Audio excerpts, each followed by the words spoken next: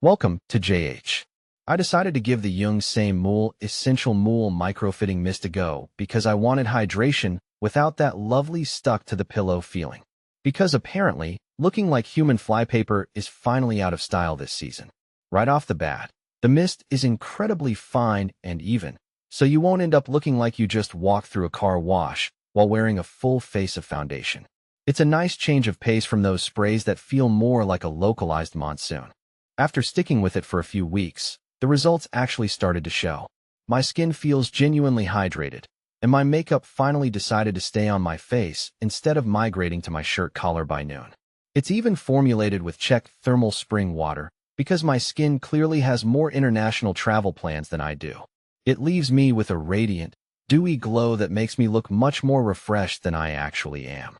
Honestly, it's a relief to have skin that looks this good without needing a professional lighting crew following me around all day.